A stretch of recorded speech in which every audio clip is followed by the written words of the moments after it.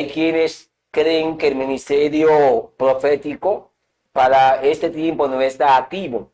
Otros tienen el punto de vista de que este ministerio estuvo solamente activo durante el tiempo de la iglesia del primer siglo, o como se le llama, la iglesia primitiva, pero hay otros que asumen que el ministerio profético cerró con Juan el Bautista. De manera que tenemos tres puntos de vista. Es lo que vamos a trabajar a la luz de la Biblia, si el ministerio está activo o no para este tiempo.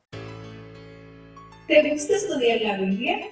¿O quizás tienes algunas preguntas sin contestar? Pues esto es para ti.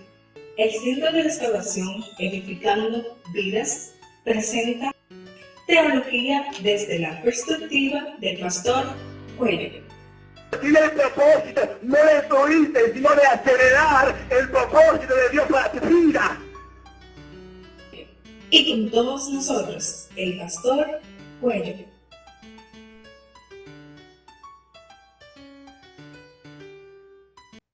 Damos gracias a Dios en esta noche, como siempre, por darnos la oportunidad de poder hablar de su palabra. Vamos a ponernos, como siempre, en las manos del Señor a través de la oración. El tema no solamente es esperado por ustedes, sino por muchas personas. El tema de hoy, de hecho, es un tema muy debatido, muy, hasta cierto punto podríamos usar la palabra controversial, porque hay quienes creen que el ministerio profético para este tiempo no está activo. Otros tienen el punto de vista de que este ministerio estuvo solamente activo durante el tiempo de la iglesia del primer siglo, o como se le llama, la iglesia primitiva, pero hay otros que asumen que el ministerio profético cerró con Juan el Bautista. De manera que tenemos tres puntos de vista. Reitero, número uno, aquellos que asumen que está activo en la actualidad. Número dos, aquellos que entienden que solamente estuvo activo durante el tiempo de la iglesia primitiva. Y por último, aquellos que tienen la concepción de que este ministerio concluyó con la figura o la persona de Juan el Bautista. De manera que es lo que íbamos a trabajar a la luz de la Biblia, si el ministerio está activo o no para este tiempo. Quizá. En realidad, esa duda ya estaba en la clase anterior. Estaba muy emocionante. Esta clase para alguien. Muy interesante. Por eso quise, como decía en la clase pasada, tocarlo hoy para dedicarle el tiempo correspondiente, porque esos temas que son controversiales, o pudiéramos usar también la palabra ambiguo por sus implicaciones, me gusta darle su tiempo para que no se genere ningún tipo de confusión. Yo sé que algunas personas estarían diciendo, pastor, pero ¿cuál es su posición en virtud del ministerio profético? Primero me gustaría que veamos las evidencias bíblicas y luego entonces, en la parte de la conclusión, podemos fijar una postura. Sin embargo, para ello yo quiero basarme en algunos elementos. Número uno, en la figura, por supuesto, de Juan el Bautista. Número dos, en el ejercicio profético de la iglesia primitiva, aunque ese segundo punto no lo voy a desarrollar tanto, porque ya la semana pasada hablamos de él, pero me voy a auxiliar. Y número tres, entonces vamos a ver la función o el propósito de los ministerios, como se nombra en Efesios capítulo 4, versículo 11. De manera que, en cierto modo, a través de esos tres puntos, vamos a estar analizando los tres puntos de vista. Retomo el punto de vista que se asume que está activo para este tiempo, el segundo que entienden de que solamente estuvo vigente durante la iglesia primitiva, y otros que entienden que caducó, cesó con la figura de Juan el Bautista. De modo que empecemos en su orden. Hay un texto muy interesante que voy a tomar en cuenta para hablar de la figura de Juan el Bautista. Y creo que es el texto fundamental que generalmente se utiliza para decir que el ministerio profético fue hasta Juan. Pero antes de tocar el texto, me gustaría puntualizar lo siguiente. El ministerio pastoral, evangelístico, el ministerio de maestro y, bueno, esos tres ministerios básicamente, muy raro que la gente lo cuestione. Bueno, el único cuestionamiento que uno pudiera resaltar con la figura del ministerio pastoral es que hay algunos que asumen, que entienden que la mujer no puede pastorear. Pero en sentido general, el ministerio pastoral, el maestro, el evangelista, no tiene ese cuestionamiento en cuanto a su vigencia en la línea del tiempo de la iglesia con relación a la sociedad. Pero ya el ministerio apostólico y el profético son los dos ministerios que constantemente están en tela de juicio con relación a su vigencia. Sin embargo, no voy a tocar el ministerio apostólico, voy a concentrarme exclusivamente en el ministerio profético. Decía de un texto que es fundamental que lo analicemos porque es el texto base de aquellos que entienden que el ministerio fue hasta Juan. En este caso, hablo del ministerio profético y me refiero a Mateo capítulo 11, versículo 13. Y quiero leerlo en varias versiones. Inicialmente lo voy a leer en una de las versiones más usadas, me refiero en este caso a la Reina Valera del 1960. Dice, porque todos los profetas y la ley profetizaron hasta Juan. Si nos quedamos únicamente con esa lectura, sin entrar a una lectura comprensiva, creo que sonaría que el ministerio profético concluye con la figura de Juan. Si el ministerio profético concluye con la figura de Juan el Bautista, basado en este texto, tenemos entonces algunas vertientes. Una de ellas es a Jesús, en un momento dado se le reconoció como un profeta, porque siendo objetivo con el ministerio multifacético de Jesús, él simultáneamente ejerció de manera activa todos los ministerios que posteriormente la iglesia iba a ejercer, con excepción, estoy hablando ministerio terrenal, para que no vayamos ahora a incluir la parte que tiene que ver que él es nuestro abogado, porque ya esa parte como nuestro abogado, él la ejerce después de la ascensión al cielo. Estoy hablando de la parte terrenal como tal, en esa etapa. Entonces, con excepción del ministerio sacerdotal, porque ese ministerio abarca dos etapas. Inicialmente en la tierra y posteriormente después de la ascensión. ¿Por qué digo en la tierra? Porque recuerden que Cristo no fue crucificado en el cielo. Él fue crucificado en la tierra. De manera que la tierra es donde Él ofrece su sacrificio en la cruz del Calvario. Entonces, en ese contexto que decimos que el ministerio sacerdotal de Cristo inicia en la tierra. Pero, fuera de esos dos renglones ministeriales, reitero, el sacerdotal y el de abogado, Cristo ejerció los demás ministerios que posteriormente la iglesia como tal ejerció. Alguien diría, pastor, entonces, ¿cómo se puede explicar que Cristo ejerció el ministerio apostólico? Ese punto no lo voy a tocar, que quiero dedicar tiempo para la parte profética. Más adelante, cuando hablemos de la materia que tiene que ver con soteriología o la salvación, voy a tocar ese punto de el apostolado. Esa materia se tocará en el próximo capítulo. Creo que sí. Entonces, retomando lo que estaba explicando, tenemos esa situación que Cristo en un momento dado no solamente se le conoce, sino que ejerció proféticamente.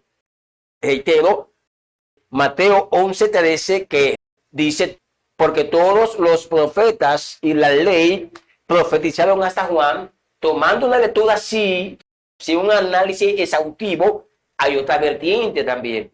Y es que, si concluyó con Juan, ¿por qué tenemos múltiples referencias en el Nuevo Testamento de que hubieron personas que ministraron a nivel profético? Y no solamente en el contexto porque operaron en el don de profecía, sino en el ministerio profético.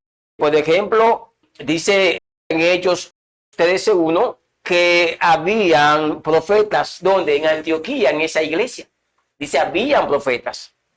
La diferencia de decir que estaban operando en el don de profecía, pero ahí puntualiza habían profetas. Pero también tenemos la referencia en Hechos 11:28, Hechos 21:10, que habla de, por ejemplo, habla de Ágaba. También se me hace mención de las hijas de Felipe que eran profetisas. Pero también en Hechos 15:32 se habla de Judas y Sila que eran profetas. ¿Qué significa esto? Que ahora tenemos otra vertiente. Porque alguien podría decir, pastor, es circunstancial o dudoso que se pueda ver a Cristo como un profeta. Pero aquí tenemos personas que después de Juan el Bautista operaron en lo profético.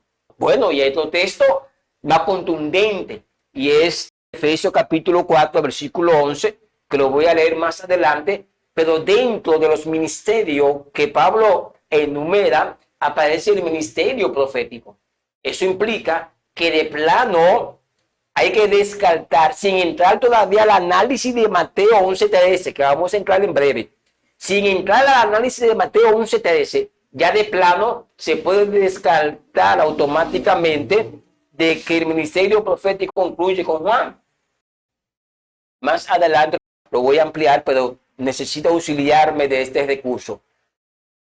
Fíjese, cuando se trabaja la hermenéutica, en mi caso particular, me gusta enseñar dos tipos de principios. Principios contemporáneos o del momento o de la época, como le llamo, que son aquellos principios que se aplican para un momento, un tiempo determinado y ya, pero no tienen continuidad en la trayectoria lineal de la vida de la iglesia. No tienen esa continuidad porque se establecieron para una iglesia, una situación y un momento específico. Déjenme cambiar la palabra iglesia, porque iglesia, técnicamente hablando de eclesiología es la ciencia que se encarga de estudiar la iglesia como tal. En ese contexto, la iglesia de manera general está hablando ¿de quién? De todos nosotros. Entonces voy a cambiar y diría, hablemos de congregación. Los principios contemporáneos son aquellos principios que se establecieron para resolver en un momento dado la situación de una congregación en particular. Ejemplo, la iglesia de los Corintios. Ahí vamos a encontrar en la primera y segunda carta muchos elementos o principios que eran directamente para resolver el problema de esa congregación. Ahora, los segundos principios son los principios eternos. Esos principios eternos, a diferencia de los temporales o del momento o de la época, son principios que tienen una continuidad, no caducan. En otras palabras, mientras la iglesia exista, dichos principios tendrán vigencia. Y no solamente eso, sino que más allá del arrebatamiento, esos principios tienen vigencia. ¿Por qué más allá? Porque recuerden que luego viene un tiempo donde la iglesia estará reinando aquí en la tierra, de manera que esos principios tendrán vigencia. Y son los principios donde se puede establecer la base doctrinal de la iglesia. ¿Qué significa esto? Que hay una serie de parámetros que hay que tomar en cuenta para que un principio sea eterno. Y voy a mencionar un solo por el momento, que nos va a ayudar ya a entrar en análisis de Mateo 11:13. Me refiero que el principio es eterno cuando lo encontramos en todo el contexto general de la Biblia. Algunos le llaman a este contexto remoto. Recuerden que en la Biblia tenemos varios contextos, que hoy voy a tocar algunos de ellos. Pero continúo con el contexto general o remoto. ¿Por qué se llama general? Porque abarca toda la Biblia. ¿Qué significa esto? Que un principio, para que sea eterno, tiene que estar presente independientemente de la forma como se presente, pero tiene que estar presente a todo lo largo y lo ancho de la Biblia. Me explico. La fe. Nosotros encontramos la fe en la Biblia entera. Lo tenemos en Abraham, lo tenemos en Moisés. Incluso en Habacuc dice, el justo sin fe, ¿qué? Entonces, tenemos el principio de la fe en toda la Biblia. Podemos hablar también de la obediencia. La obediencia la tenemos desde que Dios colocó a Adán y a Eva en el huerto del Edén. Que ya a la altura del versículo 17 le da el mandamiento donde dice que puede comerle todos los árboles del huerto, menos el árbol de la ciencia del bien y del mal. Sí. Por eso, aquí es donde entramos a analizar Mateo 11:13. Para que sea una doctrina en la Biblia de que con Juan terminó el ministerio profético, esta enseñanza debe de estar continua, ¿dónde? En todo el Nuevo Testamento. Digo en el Nuevo porque ustedes saben que Juan hace aparición prácticamente ya cuando va centrada como tal el Nuevo Testamento. Podemos colocar a Juan el Bautista dentro del Nuevo Testamento como tal. Digo como tal porque ya el Nuevo Testamento ya empezamos a verlo a partir de que, a partir de la figura de Jesús, aunque se hace mención de Juan en el Nuevo Testamento. De ahí es que viene que la gente entonces, al no colocar a Juan dentro del Nuevo Testamento, de ese marco contextual, dice entonces que los profetas llegaron hasta Juan el Bautista. Pero de todo, para que sea una doctrina como tal, este pasaje y esa percepción de la gente, tenemos que encontrar esto en todo el Nuevo Testamento. Sin embargo, en el Nuevo Testamento encontramos todo lo opuesto. Digo lo opuesto porque ya hice mención que se habla que en la iglesia de Antioquía habían profetas, se habla del profeta Ágabo, se habla de las hijas de Felipe que eran profetisas, se habla en un momento dado de Judas y Silas que eran profetas, a la altura de Hechos 15:32, pero también en Efesios 4:11, Pablo menciona el ministerio profético dentro de los demás ministerios. De modo que no podemos hacer esa aplicación y sacar ese tipo de doctrina de este pasaje. Es imposible. Continuando con el pasaje, porque todavía estamos analizando el pasaje. Leamos de nuevo este pasaje, porque es que a veces se lee tan rápido que hay detalles que se pasan. Lo voy a leer nuevamente.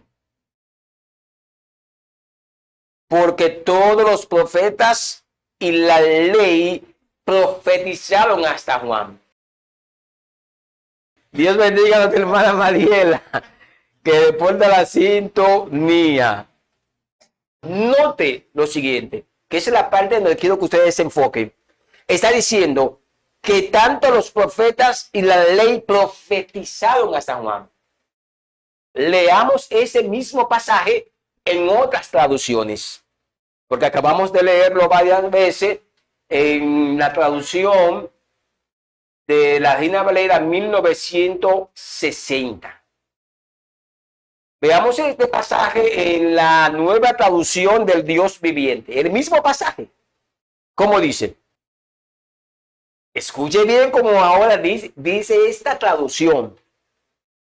Pues antes de que viniera Juan, todos los profetas y la ley de Moisés anunciaron este tiempo. Repito la lectura de la traducción, nueva traducción viviente. Pues antes de que viniera Juan, todos los profetas y la ley de Moisés anunciaban este tiempo.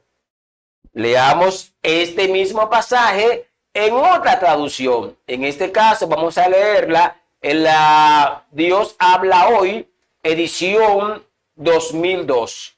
Escuche cómo dice: todos los profetas y la ley de Moisés anunciaron el reino hasta que vino Juan. Lo repito. Todos los profetas y la ley de Moisés anunciaron el reino hasta que vino Juan.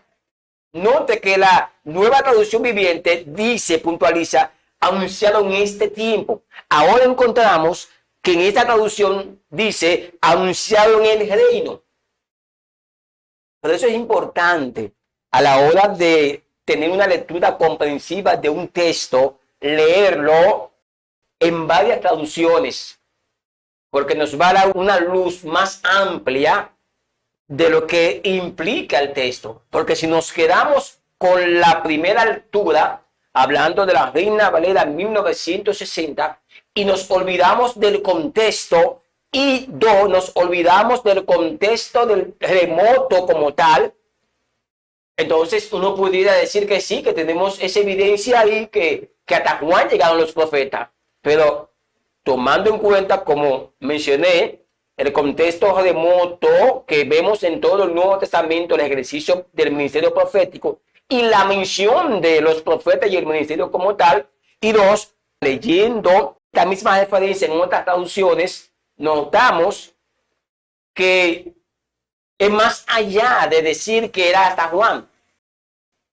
Voy a tomar dos palabras, una de la Nueva Traducción Viviente que hace mención de este tiempo, y la segunda que voy a tomar es la que hace mención, la traducción Dios habla hoy, edición 2002, que habla de reino. ¿Por qué tomo esas dos palabras? Porque ese es el marco. Aquí tiene importancia la división que hicimos la semana pasada. Recuerden que dividimos el ministerio profético en el Antiguo y en el Nuevo Testamento, los separamos, y habíamos dicho que aunque habían características similares, pero habían diferencia en ambos ministerios. ¿Recuerdan eso? Retomo. Juan no podemos ubicarlo dentro de la dispensación de la gracia. Por eso es que la traducción Dios viviente habla de un tiempo, de este tiempo. ¿De cuál tiempo? Del tiempo que iniciaba con la figura de Cristo. En otra palabra, lo que Jesús está tratando de enseñar a nosotros es que Juan fue el último profeta, pero el último profeta de la línea antiguo testamentaria, con esa característica de ese ministerio de ese tiempo. Les voy a dar un dato interesante, salvo con algunas excepciones, pero la mayoría de los profetas del Antiguo Testamento no fueron profetas porque Dios lo usó haciendo milagros, salvo con las excepciones como Moisés, como Elías, Eliseo y otros más, pero son muy mínimos lo que Dios usó como en milagro, en prodigio. Siempre el punto base era lo que profetizaban, lo que decían, lo que anunciaban. Algo interesante, no hay un registro, por lo menos en la Biblia, que Dios haya hecho un milagro a través de Juan o una sanidad.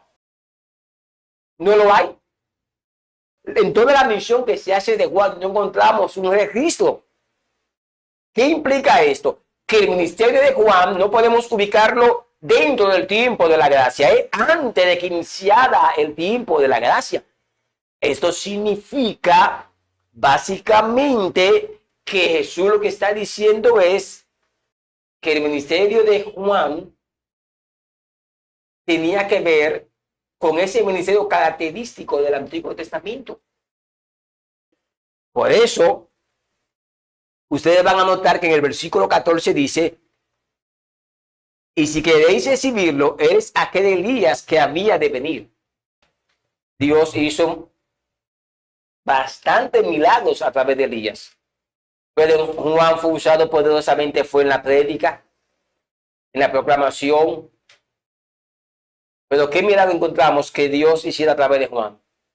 Sin embargo, se compara como Elías, porque Elías era el tipo de profeta que tenía la intención dentro de su ministerio de que el pueblo volviera su corazón a Dios. Y era la idea de Juan en el contexto de preparar el corazón del pueblo para recibir, en este caso, el Cordero de Dios. Por eso es importante que veamos esto dentro del marco del contexto de los dos ministerios proféticos, Antiguo Testamento. Si Juan no pertenece al tiempo de la gracia, ¿por qué entonces queremos ubicar que el ministerio profético de Juan concluye todo lo profético? Es ilógico. Además, que retomo, ¿cuántas referencias tenemos en el Nuevo Testamento después de Juan que se ejerció el ministerio profético? Hay muchas referencias. De manera que ya de plano queda descartado el hecho de que se selló con Juan ese ministerio. Pero tenemos otra vertiente. Es la vertiente que algunos dicen que solamente estuvo activo durante el tiempo de la iglesia. Ya esto no hay que explicarlo porque la semana pasada hablamos bastante del ministerio profético en el Nuevo Testamento.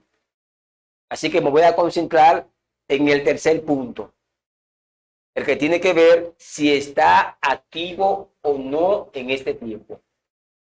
Sin embargo, antes de que entremos a esa parte, me gustaría saber si ustedes tienen alguna pregunta o algún comentario, porque hoy como que me quieren dejar dar la clase solo. No, que va. Está tan interesante, pues. No tiene para... Ahora viene el punto clave de todo esto.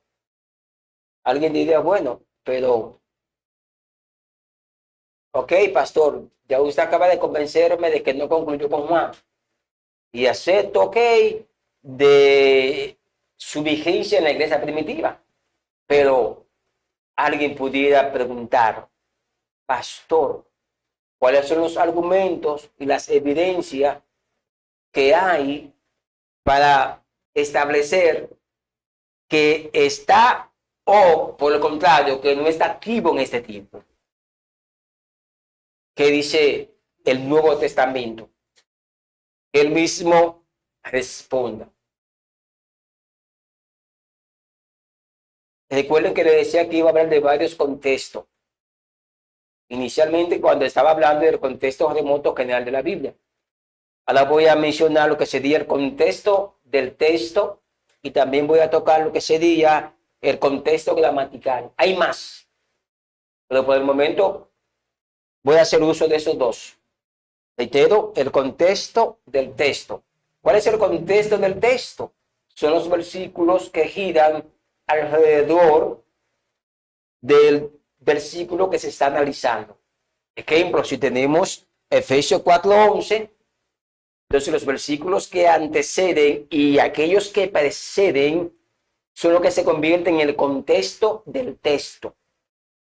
En este caso, aunque también se puede ampliar el contexto del texto al capítulo completo y muchas veces hasta el libro.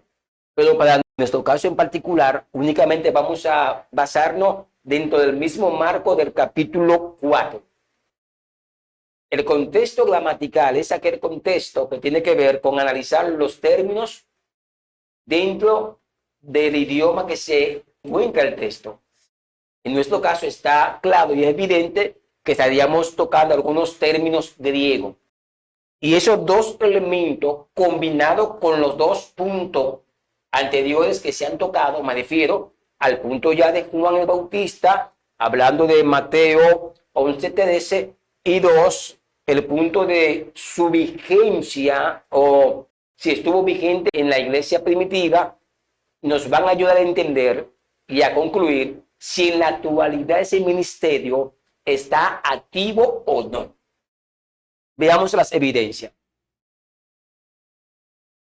Dice Efesios capítulo 4, versículo 11. ¿Quién lo lee? Efesios 4:11. Sí. Y él mismo constituyó a unos apóstoles, a otros profetas, a otros evangelistas, a otros pastores y maestros. Nos quedamos por el momento solamente con este versículo. Sabemos que está hablando de Jesús, que eres quien constituyó. En este caso, si ustedes han notado que está hablando de varios ministerios, y voy a mencionarlo en el orden que aparece en el versículo: apóstoles, profetas, evangelistas, pastores y maestros. Algunos entienden, pero por el momento eso no será tema de discusión, que cuando habla de pastores y maestros se refiere al mismo ministerio. Pero no vamos a entrar ahora en detalle en ese sentido. Nos interesa es el punto de profetas. Pero fíjese algo interesante en esta mención que hace Pablo, que Pablo está hablando que Cristo constituyó. ¿Por qué puntualizó esto? El apóstol nos está ayudando a entender con mayor claridad que los ministerios han sido constituidos, no fue por los apóstoles como tal. Vamos a poner esto en un contexto más práctico. Es como que si Pablo estuviera tratando de explicarnos que estos ministerios existen porque Jesús lo constituyó, que estos ministerios no existen porque ellos como líderes de la iglesia entendieron que tenían que ser parte de la estructura ministerial de la iglesia. No, Cristo lo constituyó. Pueden decir ahí, entonces, lo que se menciona de diácono, fueron ellos mismos que lo implementaron. En el caso del diaconado, podemos y debemos decir que ellos lo establecieron bajo la dirección del Espíritu Santo. Pero el diaconado no es un ministerio dentro del marco de este tipo de ministerio. Porque hay que aclarar esto. Para que nos entendamos, en la Biblia habla de diferentes tipos de ministerio. Déjenme cambiar la palabra ministerio y usar la palabra correcta. La Biblia habla de diferentes tipos de dones. Hay dones ministeriales que son esto, que habla Efesios capítulo 4, versículo 11, que habla de apóstoles, evangelistas, profetas, maestros y pastores. Pero están los dones espirituales, que son aquellos que se mencionan en 1 Corintios capítulo 13, a partir del versículo 4, que habla de lenguas, interpretación de lenguas, sanidad, de milagros, profecía, fe, entre otros. Listado de 9. Pero hay otros dones, que son dones de servicio, que son dones donde la gente le sirve a la iglesia, pero no tiene el mismo alcance ni tiene la misma característica que los dones espirituales, pero tampoco que los dones ministeriales. Y ahí es donde entra el diaconado. El diaconado es un don de servicio. Es para servir. De hecho, cuando se estableció la iglesia primitiva, originalmente se hizo para una situación para que se repartieran los alimentos. Fue para eso que se estableció el diaconado. Por eso que es un don de servicio, de servir en la iglesia. Ministrar en el contexto de ministrar las cosas espirituales no es lo mismo del don de servicio. Para que estemos claros. Me explico. De repente en la iglesia se necesita que se reparta, que llegaron alimentos, alguien donó alimentos y hay que repartirlo. Se buscan personas que tengan ese don de servicio. Pero eso no tiene que ver directamente con administrar las cosas espirituales. Ahí es donde entran los dones espirituales y los dones ministeriales. Donde tú vas a administrar cosas que son directamente, que son parte de la naturaleza de la iglesia. Porque no se puede ver repartir alimento, claro que la iglesia debe de hacerlo, pero no se puede ver como que es parte de la naturaleza de la iglesia. Porque cualquier institución reparte alimento. Sí. Ahora, para poder ministrar las cosas que son de la iglesia, directamente de la naturaleza de la iglesia, hay que ser parte de la iglesia. Aclarando esto, volvemos a Efesios 4:11, porque Pablo está diciendo que Cristo constituyó. Entonces, ese es el primer postulado que quiero resaltar. Porque si Cristo vio que estos dones ministeriales eran importantes para la iglesia, que más adelante, cuando entremos al contexto del texto, vamos a ver la importancia de estos dones y el por qué Cristo lo constituyó. Pero Cristo entendió que esos dones ministeriales tenían que ser parte vital de la iglesia. Y ahora viene el detalle. Si son parte vital, por eso se nombran aquí. Y dentro de esos que se nombra el ministerio profético. Ahora, alguien dirá, pastor, eso no disipa la duda de que el ministerio profético tenga continuidad y que nos alcance a nosotros. Bueno, vamos a entrar a ver ahora el contexto del texto y el contexto gramatical, porque aquí vamos a ver por qué Cristo constituyó ese ministerio. Y al entender por qué lo constituyó, podemos tener una idea clara al final de este análisis si está o no vigente. ¿Estamos claros o hay alguna duda con lo que acabo de decir? Claro, claro. Todo nice, right? Sí. Todo nice. Entonces, el versículo clave que voy a tomar en consideración para iniciar es el 12. Fíjese por qué Cristo constituyó los ministerios. No dije él. No dije él. Porque aquí no está hablando de un ministerio, está hablando de 5. Ya que mencioné la palabra 5 ministerios, ahora me llega una pregunta retórica, de manera que no deben respondérmela, tanto para ustedes como los demás.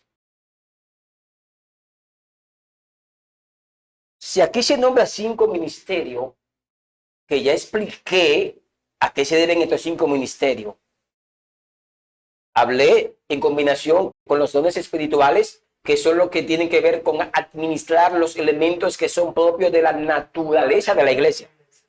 Pero la pregunta retórica que me llega es la siguiente.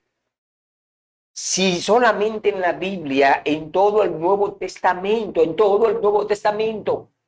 se mencionan esos 5 ministerios, ¿por qué entonces está vigente el ministerio misionero? El ministerio de misionera, o el ministerio de danzarina, o el ministerio de dramatización, o el ministerio de canto, o el ministerio de la música, Ministerio de adoración. el ministerio de adoración. Pero esa pregunta se va a responder al final. Simplemente quise traer la colación. Volvamos a Efesios 4:12, para que notemos cuál es el propósito de estos ministerios. Dice, a fin de perfeccionar a los santos para la obra del ministerio. Eso es lo primero. Ese es el primer propósito. Lo voy a leer de nuevo. A fin de perfeccionar a los santos para la obra del ministerio.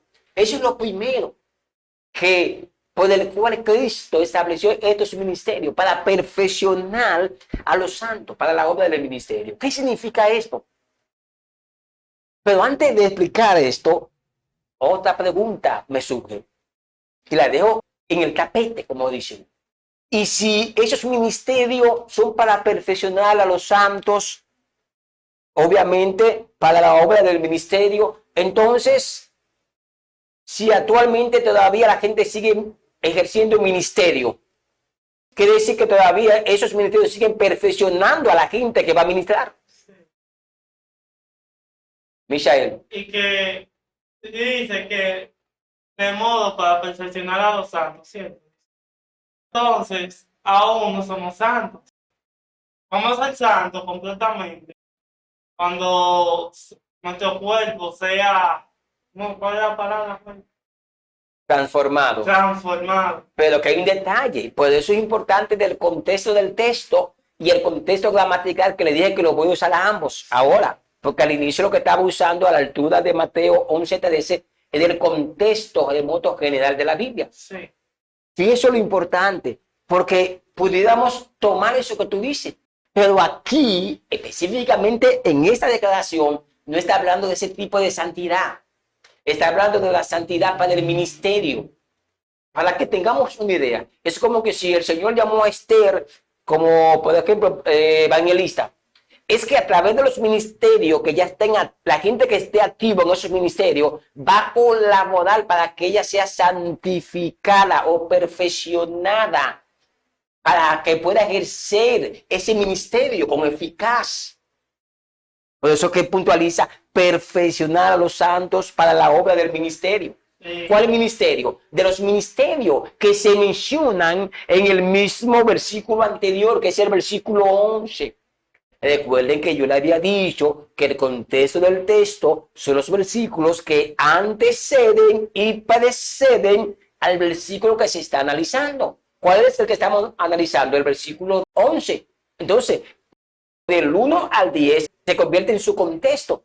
Y del 12 también adelante parte de ese contexto que nos ayuda a entender lo que se está explicando en el versículo 11. Y ahora te dice, no, Cristo lo estableció con el propósito número 1, vamos a numerarlo de acuerdo a como aparece en Efesios, Sí. para perfeccionar a los santos para el ministerio. Déjeme auxiliarme del contexto gramatical. La palabra griega para perfeccionar es la palabra catartismos, que usa Pablo. ¿Qué implica esta palabra? Me gusta porque implica adecuar, preparar, entrenar, calificar plenamente para el servicio. Noten que está hablando del servicio ministerial. En este primer elemento del propósito, que estos ministerios que se nombran en el 11 tienen el propósito de perfeccionar ¿a quién? Aquellos que todavía no lo están ejerciendo. En otras palabras, los que ya fueron llamados, fueron preparados, capacitados, se encargan de capacitar a otros. Y tiene sentido porque Pablo en un momento dado le dijo a Timoteo que lo que él le había enseñado a él se lo enseña a otros también. Es una cadena. Fíjense lo interesante. Como aquí está hablando de ministerios. Dentro del ministerio hay varias etapas. Número 1, la etapa que tiene que ver con el conocimiento anticipado donde Dios nos llama. Porque la gente tiene la idea que el Señor nos llama cuando usted se sueña. No, Dios nos llamó en su conocimiento anticipado. Recuerden que el conocimiento anticipado es un elemento propio de la persistencia de Dios. Y recuerden que una de las clases que hablamos del Antiguo Testamento, donde estuvimos hablando, en este caso, de la planificación o planeación y la ejecución y la reorganización de la creación, hablamos, exacto, el orden de la creación, basado en Génesis 1:1, de que en la persistencia Dios hizo el plan. Y cuando Dios hizo el plan, ahora hablando del llamado, ahí fue donde Dios nos llamó en la persistencia. Esa es la primera etapa del llamado. La segunda etapa es cuando el Señor nos comunica ese llamado. Pero hay una tercera etapa. Y esa es la etapa de la capacitación. Y está la cuarta etapa, que es cuando empezamos a ejercer el llamado. Me quedo con la tercera, la de capacitación. Ahí es donde entra esto que dice Pablo, para perfeccionar a los santos para la obra del ministerio. En otra palabra, en esa etapa donde Dios me está preparando, usa a aquellos que ya había preparado y que ya están ejerciendo el ministerio. Ese es el primer elemento que Pablo enfoca. Yo sé que está interesante, pero hay otros elementos más y quiero tocarlo. Si tienen alguna pregunta, es su momento, la pueden hacer. Porque hay varios tipos de santidad, ¿o no? La santidad abarca varios renglones, mejor dicho, no que hay varios. Sí, abarca. Hay una parte que abarca lo que tiene que ver con la preparación ministerial. Ok. Dios a través de los ministerios te va a formar, te va a preparar, te va a educar para que luego tú puedas ejercer el llamado. A diferencia, escúchame, Michael, que te interrumpa, permítame terminar la idea. A diferencia de aquellos que entienden que si fueron llamados no tienen que sentarse a ser preparados, a ser instruidos. Tenemos aquí un elemento que nos dice que sí, que hay que sentarse a escuchar a aquellos que ya Dios antes había preparado y están ejerciendo el santo ministerio. Michael. Está bien. Iba a decir algo para decir. Ok. Ahora pasemos al segundo elemento que envuelve el por qué Cristo constituyó los ministerios.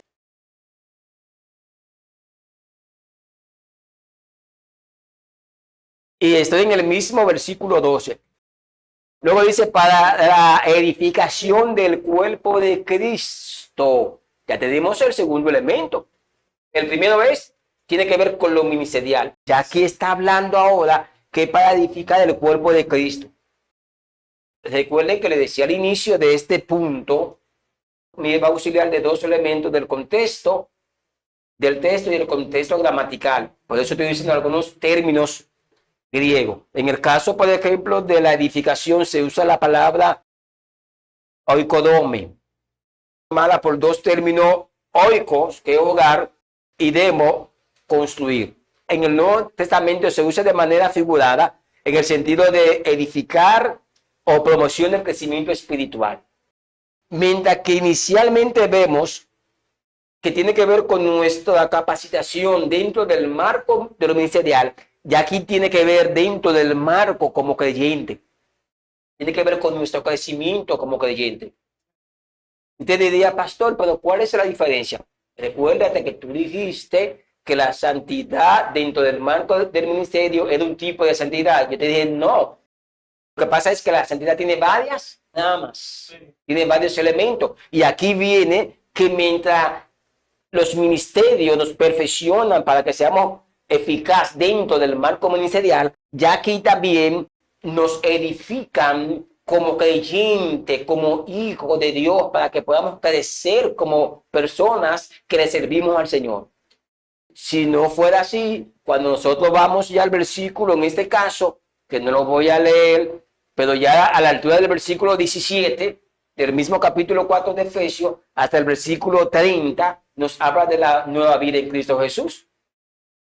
Es decir, que esa edificación del cuerpo, ese crecimiento espiritual es para que aprendamos a no andar como los otros gentiles y que andemos conforme a la nueva vida en el Señor. Y esa es parte de la función de los ministerios. De manera que ya tenemos dos elementos. Y fíjese, antes de tocar el número 3, qué interesante tomar esto en consideración, porque las personas tienen diferentes propósitos por el cual tienen un ministerio. Sin embargo, aquí la Biblia nos está relatando el propósito por el cual Cristo constituyó los ministerios. Qué interesante. Y vamos a ver al final que todos los elementos giran siempre alrededor de la iglesia. Perfeccionar, ¿para qué? Para el ministerio. El segundo que leímos, para la edificación de qué? Del cuerpo. Todo gira alrededor de la iglesia. Ojo con esto, los ministerios no son constituidos para que todo gire alrededor del que está administrando y ministrando en ese ministerio. No, simplemente Dios nos ha constituido para usarnos como instrumento para que en sentido general, independientemente de cuál sea el área, la iglesia sea bendecida. Pero sigamos con Efesios, que eso es lo que ustedes yo creo que están más pendientes. Ahora dice que hasta que todos lleguemos a la unidad de la fe en el versículo 13. Y esto es interesante. Te diría, ¿por qué, pastor, es interesante? Por una simple razón. La iglesia de Éfeso estaba formada por dos grupos, básicamente, independientemente de dónde nacieran, judíos y gentiles. Y Pablo lo que está trabajando es que la función de los ministerios es provocar esto. De hecho, la iglesia primitiva tuvo que enfrentar bastante la situación de buscar un punto común entre ambos pueblos, los gentiles y los judíos, porque recuerden que siempre hubo una parte de judíos que se habían convertido a Cristo, que entendían que el evangelio era solamente para ellos. Por eso Pablo, por ejemplo, a los romanos le escribe bastante sobre esta situación, pero aquí a los efesios también le explica. Es decir, que esta unidad de la fe, ¿sabe a qué se refiere? Si pudiéramos resumirlo en una palabra, un solo credo que gira alrededor de Jesús.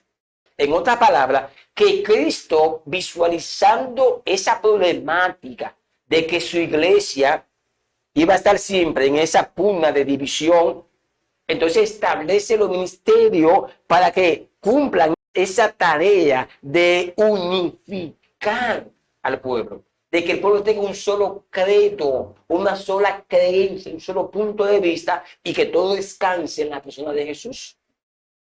Solamente le doy la idea. Imagínense en este tiempo cómo la gente usa los ministerios para qué, no para unir. Se tenga una sola fe, un solo credo. Ustedes saben que es todo lo contrario, cada cual tiene su punto de vista. Pero ok, vamos a seguir. Ya sabemos que inicialmente es para la perfección de los santos en el ministerio. 2, para la edificación del cuerpo. Y 3, para hasta que todos lleguemos a la unidad de la fe. Pero no se queda ahí, porque sigue hablando hasta que todos lleguemos a la unidad de la fe y del conocimiento del Hijo de Dios. Como siempre, déjenme usar una palabra aquí que nos va a ayudar bastante a entender esto. La palabra griega usada para conocimiento es la palabra epinosi, que expresa un conocimiento total. Mientras que arriba encontramos, cuando hablé de la edificación del cuerpo, un crecimiento espiritual de la nueva vida. ¿Recuerdan eso? Pero aquí no tiene que ver con la nueva vida, tiene que ver con conocer a Jesús.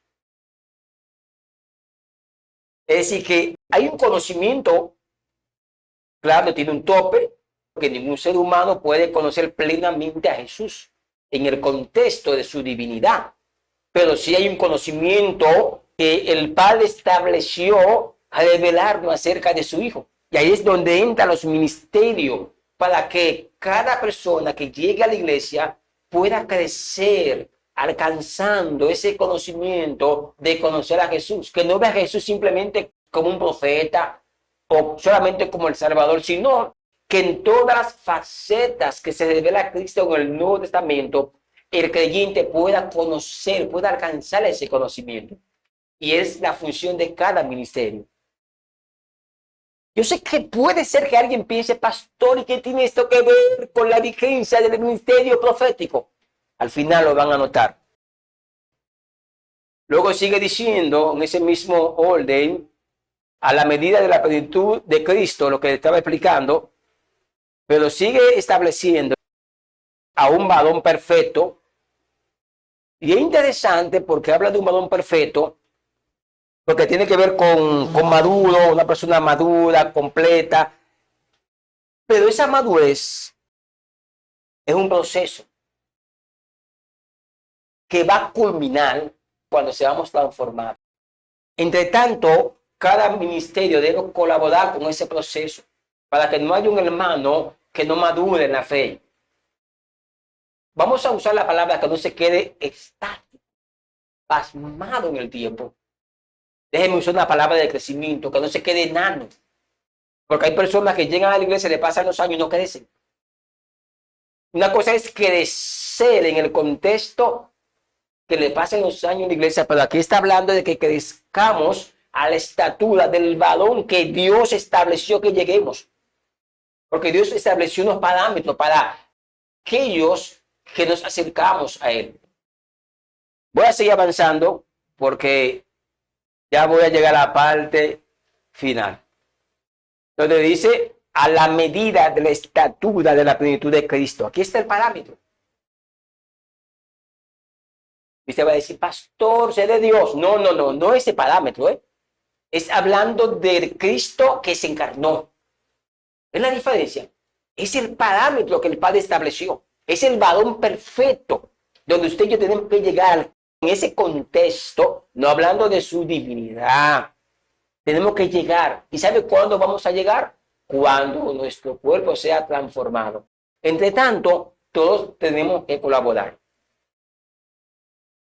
Pregunto, y aquí quisiera que me respondieran, si es posible, ¿el ministerio pastoral está activo, sí o no?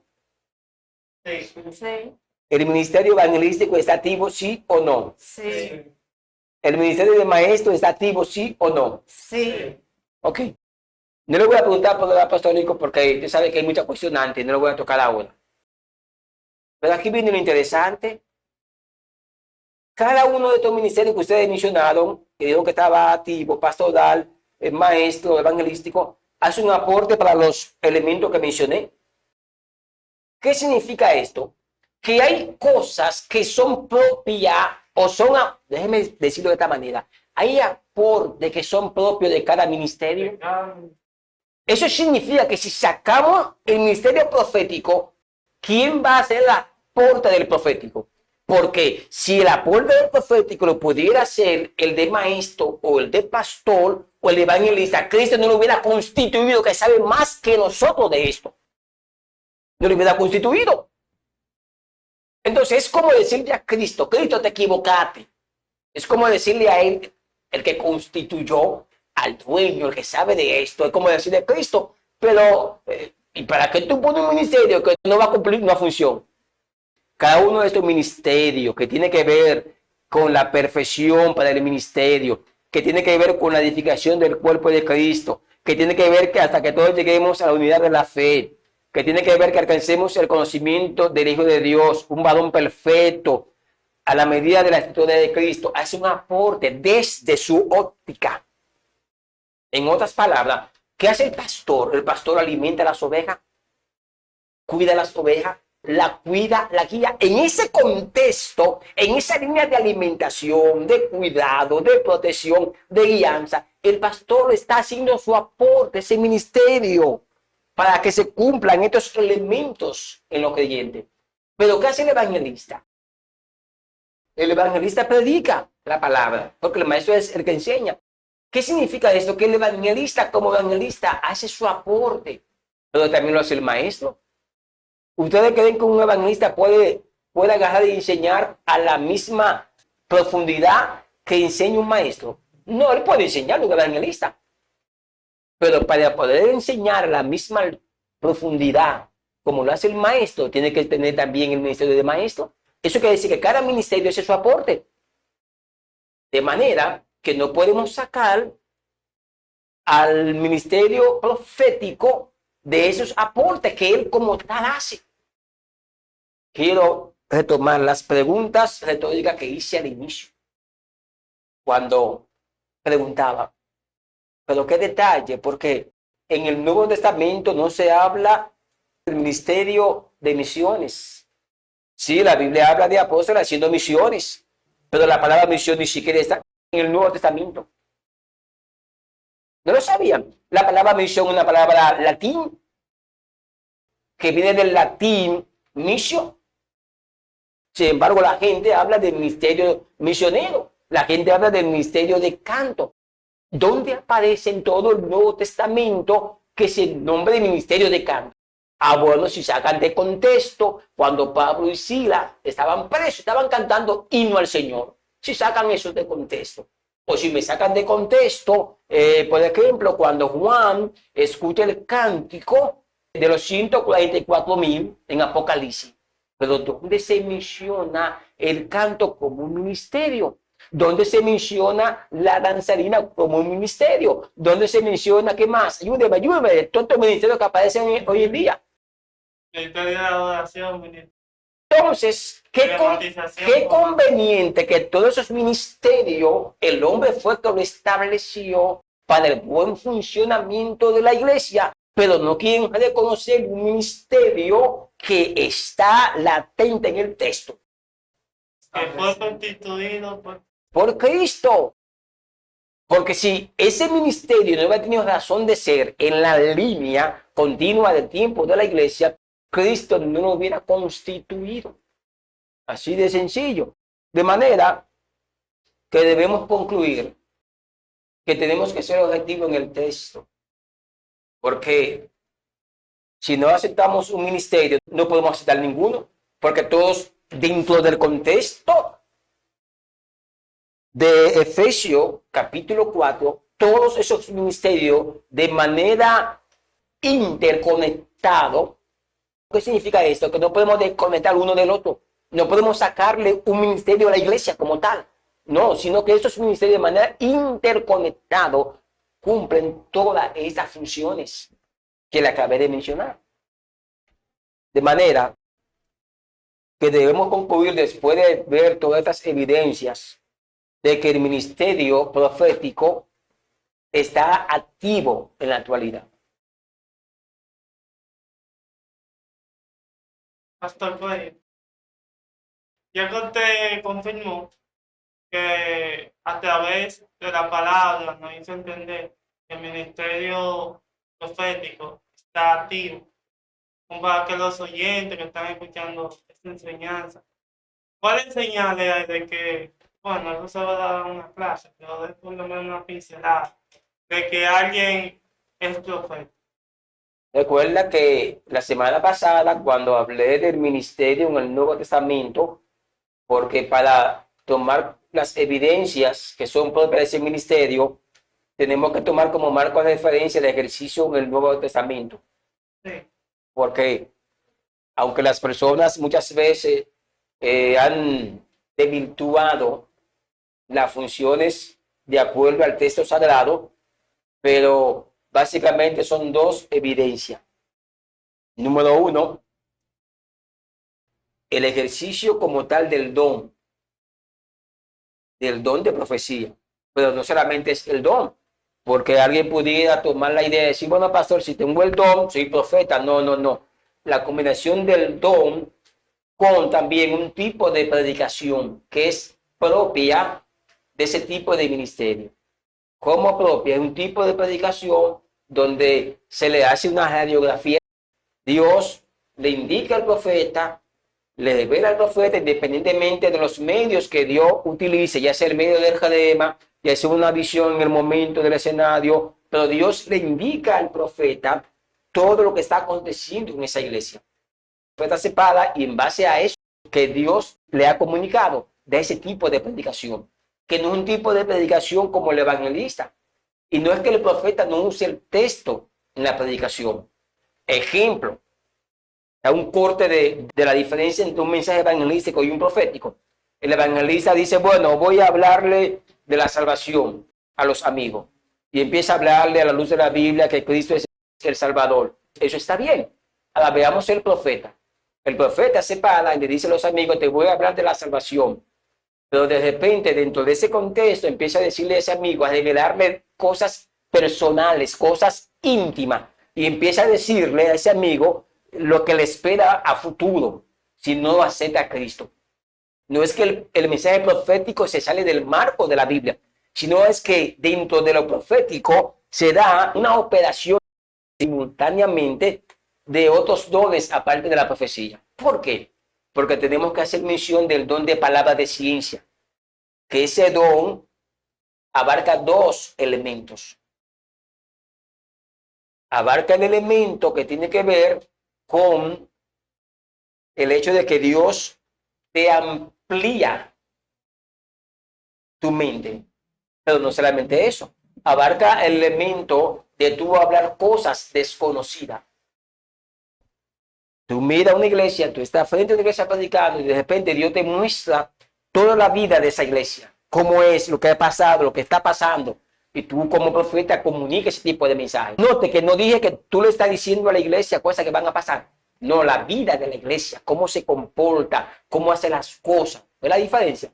Y ahí es donde viene la confusión, que la gente dice, a esta persona, como decíamos la semana pasada, le contaron la vida de la iglesia. De manera que, en resumen, dos evidencias fundamentales. Número uno, la manifestación del don de profecía, que de hecho es más constante que en la persona que solamente tiene el don de profecía. Es más constante en el profeta. Y dos, un tipo de mensaje que es una radiografía revelando de la vida a X persona o a X iglesia, tenemos que ser objetivos, porque si no está un ministerio activo, donde se menciona dentro de las funciones que realizan todos los ministerios, entonces ninguno deberían de estar activos. Porque si aceptamos un ministerio que no se nombran en todo el Nuevo Testamento, lo apoyamos, lo promocionamos, porque vetamos un ministerio que está activo a la luz del texto sagrado. Es como contraproducente, es contradictorio esa postura. Y para la próxima clase vamos a entrar ya a desglosar directamente los 12 libros de los profetas menores. Así que bendiciones. Llegamos a la parte final de su programa. Teología desde la perspectiva del pastor Pueblo. Hasta una próxima entrega. Shalom.